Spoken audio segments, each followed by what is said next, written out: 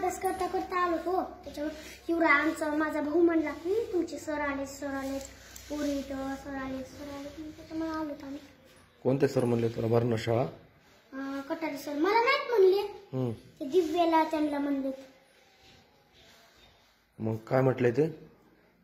ते म्हणले की 31 तारखेला शाळा भरणार आहे. मग भरायची नको शाळा? नाही, भरवायची असली तर भरवा ना. आम्ही अभ्यास करायला होता चांगला. मला पण वाटायले की आता आम्ही इतकं दिवस झालं महादेवाच्या पाण्यात इच्छा सांगायला की शाळा भरू दे देवा तुला, आम्ही इतकं करायला शाळा भरू दे देवा असं म्हणायला आम्ही. पण काही इच्छा आमची काहीच खरं व्हायला नाही. मग होईल ना तू असं दररोज म्हणले तर? आम्ही रोज जातो. मी तर असं एक दिवस आड करत नाही. मी सकाळी आज आंघोळीला आम्ही जात नाही, असं रात्री दिवा लावायला असं आंघोळीला कधी जातो. त्याच्यामुळं ते एक माणूस येतोय ते पण आम्ही पण आंघोळ घालतो ना त्याला रोज मग फुलं वाहतो. मग त्याच्या ती इच्छा काहीच पूर्णच होय नाही आमची. आम्ही आता अभ्यास करत होतो तर काय म्हणजे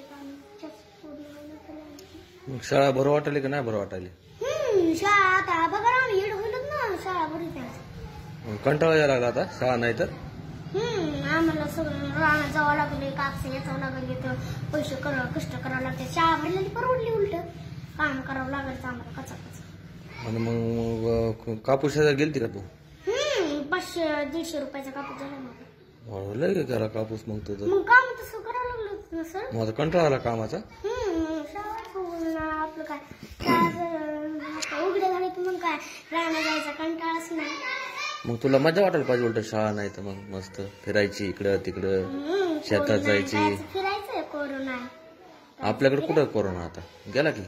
नाही, वाघ सुटायली त्या कोरोनामुळेच. वाघ सुटायली आता? बर. तुम्ही एकटेच आला? बाकीचे पण येतील ना आता थोड्या वेळात. नाही हो, मी तुम्हाला त्याच्या आम्ही आता मुकाय ती एक तिकडे देवी बघा, आम्ही तिच्यासमोर अभ्यास करत होतो. तर माझा भाऊ आता आम्ही जेवण करायला आलो होतो घरी वही पेन्सिल द्यायला. तर माझा भाऊ म्हणला की तुमच्या शाळेत सर आले. मी त्याच्यामुळे आलेलो. मी म्हणलं जाते म्हणले युवराजला म्हणलं किती कौशिक आले तर म्हणले ते जर म्हणला मग वापस आले मुलं चालले. मग सर दररोज येतात ना तुमचा अभ्यास तपासायला, तुम्ही केलेला अभ्यास पाहायला? आमच्या घरी येत नाही. घरी नाही, शाळेत येत असतात. शाळेत? घरी कशाला यायचं?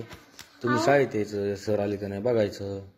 आम्ही आता रोज इकडे येतो की मंदिराच्या मुखाई महादेव पाय पडायला येतो ना आम्ही, तर कोण नसतं इथं. आणि मग तुला वाटतं शाळा सुरू व्हायला पाहिजे? शाळेत करमत जास्त? शाळेतच करमत, मस्त गार थंड. आणि काय आता थंडीचा वार आहे, मग कसं असं घरी राहून तरी काय उपयोग आहे. शाळा आपलं अभ्यास परवडला ना काय. घरी राहून नुसतं बसून काय उपयोग आहे.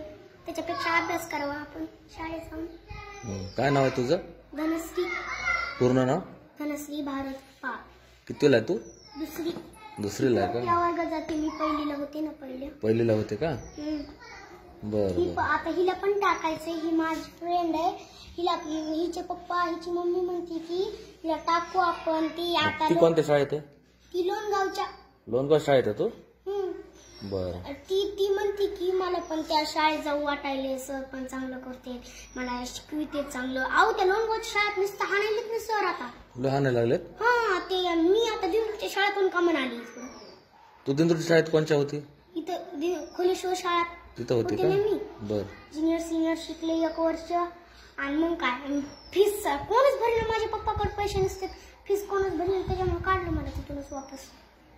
मला 3-4 वर्ष शिकायचं होतं मला तिथं, 4थीला जाऊ. पण काय माझ्या भावाची सोय लागत नाही गावात. इथं अंगणवाडीला ना आता जाईल पहिलीला, त्याची सोय लागत नाही. मग मी दिंडूरच्या शाळेत गेले.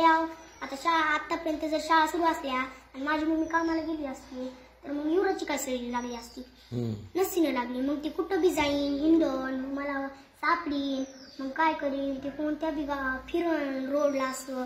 मग या कानबारीस गाडी ती धडकली काय, त्याच्यामुळे मला इथंच टाकलं काय. बरोबर आहे. मग तसं ते पण